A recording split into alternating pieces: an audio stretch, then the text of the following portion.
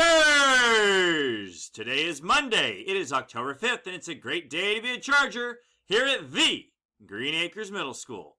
Please stand for the flag salute. Ready? Salute. I pledge allegiance to the flag of the United States of America and to the republic for which it stands, one nation, under God, indivisible, with liberty and justice for all. You may be seated. Hey Chargers, Wednesday we have a Kahoot, an all-school Kahoot. That'll be pretty cool. Leadership will be sharing more information about that coming up soon. But join us on Wednesday during our lunchtime for an all-school Kahoot. Boys, we're still needing a few more of you to come out for the musical. What a great opportunity to take part in school and be a part of something really awesome that's been 41 years in the making.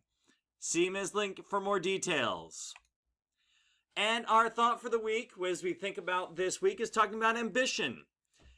Ambition is the first step to success. The second step is action. So, ladies and gentlemen, we know that you want to get out there and get the good grades and do the very best you can do.